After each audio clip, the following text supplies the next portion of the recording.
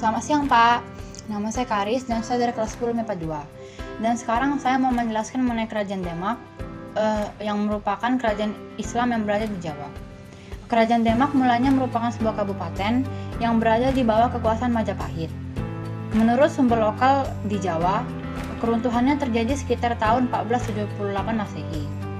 Hal ini ditandai dengan Candra Sengkala, sirna hilang kertaning bumi, yang berarti memiliki angka tahun 1401. Ketika Majapahit runtuh, Demak mulai memisahkan diri dari ibu kota di Bintaro. Letak geografisnya berada di pesisir Pulau Jawa bagian utara.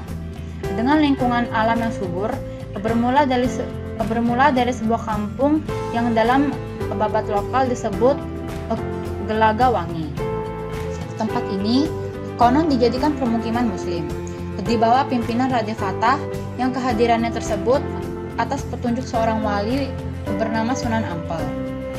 Raja pertama Kerajaan Demak adalah Raden Fatah yang bergelar Sultan Alam Akbar Al-Fatah.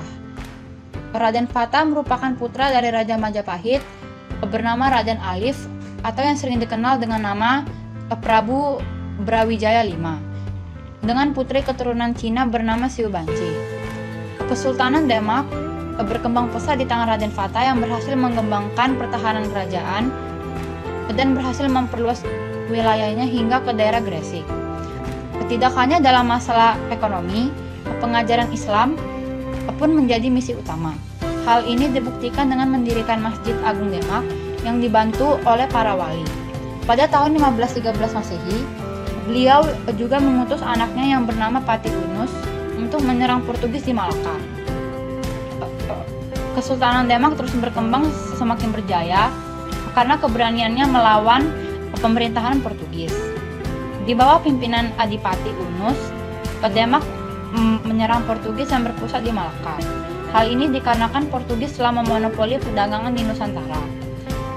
Adipati Unus adalah anak dari Raden Fatah yang sekaligus menghentikannya ketika Raden Fatah mangkat.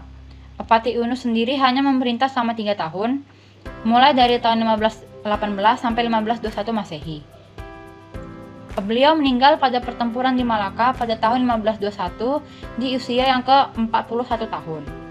Kemudian, Pati Unus mendapatkan julukan Pangeran Sabrang Lord karena keberaniannya menyerang Portugis di Malaka. Wafatnya Pati Unus kemudian digantikan oleh Sultan Trenggana. Beliau adalah adik dari Pati Unus sekaligus penerus Raja Kerajaan Demak. Pada masa pemerintahannya, Kerajaan Demak mengalami kejayaan. Berkat keberaniannya, Raden Trenggana mampu memperluas wilayah kekuasaan Demak hingga ke Jawa, yaitu Jawa Barat dan Jawa Timur. Sultan Trenggana bercita-cita untuk bisa menyatukan seluruh pulau Jawa di bawah kekuasaan Demak. Beliau juga mengutus Fathahilah untuk menyerang Sunda Kelapa yang dikuasai oleh Portugis. Pada tahun 1527 Masehi, Sunda Kelapa berhasil ditaklukkan dan berganti nama menjadi Jakarta. Pada tahun 1546 Masehi, Sultan Trenggana menemui ajalnya di medan pertempuran ketika melancarkan penyerangan di Pasuruan. Sebelum itu, ketika Pati Unus meninggal, terdapat 2 kandidat yang menggantikannya, yaitu Sultan Trenggana dan Pangeran Suryoto. Suksesi Raja Demak ketiga tidak berlangsung lancar karena terjadi persaingan panas antara Pangeran Suryoto dan Trenggana yang berlanjut dengan dibunuhnya Pangeran Suryoto oleh Sunan Prawoto. Sunan Prawoto merupakan anak sulung dari Sultan Trenggana yang membunuh Pangeran Sedalepen demi melancarkan kejayaan ayahnya menjadi Raja Demak. Sejak peristiwa itu, Suryoto dikenal dengan sebutan Pangeran Sedalepen, yang artinya sekar gugur dari sungai. Pangeran Sedalepen sendiri adalah ayah dari Arya Penangsang yang mengakibatkannya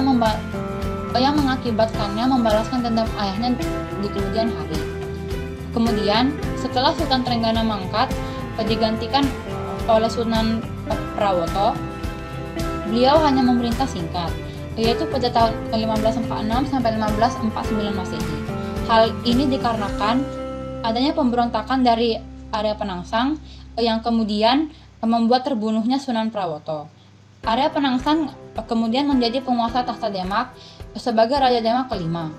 Pada tahun 1549, Hadiri Adipati Jepara dan Ratu Kalinyamat berangkat ke Kudus untuk meminta penjelasan atas terbunuhnya Sunan Prawoto. Namun, penjelasan yang didapatnya sangat mengecewakan, sehingga mereka memilih untuk kembali pulang ke Jepara. Di tengah jalan, mereka diserang oleh pengikut Arya Penangsang yang berhasil membunuh Pangeran Hadiri Adipati Jepara. Hal ini menyebabkan adipati-adipati lain di bawah Kesultanan Demak memusuhi Arya Penangsang. Salah satunya adalah Adipati Pajang Hadiwijaya yang dikenal sebagai Joko Tingkir. Karena masih ada hubungan saudara, Hadiwijaya enggan membunuh Arya Penangsang secara langsung. Beliau kemudian mengadakan sayembara untuk membunuh Arya Penangsang. Sutawijaya yang merupakan anak dari Ageng Pamanahan berhasil membunuh Arya Penangsang. Dan sekarang saya mau membahas mengenai barang-barang yang diekspor Kerajaan Demak, yaitu ada beras, lilin, dan madu. Barang-barang itu diekspor ke Malaka, Maluku, dan Samudra Pasai. Kerajaan Demak, selain tumbuh sebagai pusat perdagangan, Demak juga tumbuh menjadi pusat penyebaran agama Islam. Para wali yang merupakan tokoh penting pada perkembangan Kerajaan Demak ini memanfaatkan posisinya untuk lebih menyebarkan Islam kepada penduduk Jawa. Para wali juga berusaha menyebarkan Islam di luar Pulau Jawa. Penyebaran agama Islam di Maluku dilakukan oleh Sunan Giri, sedangkan di daerah Kalimantan Timur dilakukan oleh seorang penghulu dari Kerajaan Demak yang bernama Tunggang Parangan. Setelah Kerajaan Demak lemah, maka muncullah Kerajaan Pajang. Sekian presentasi dari saya. Jika ada salah kata maupun informasi mohon dimaafkan, dan terima kasih.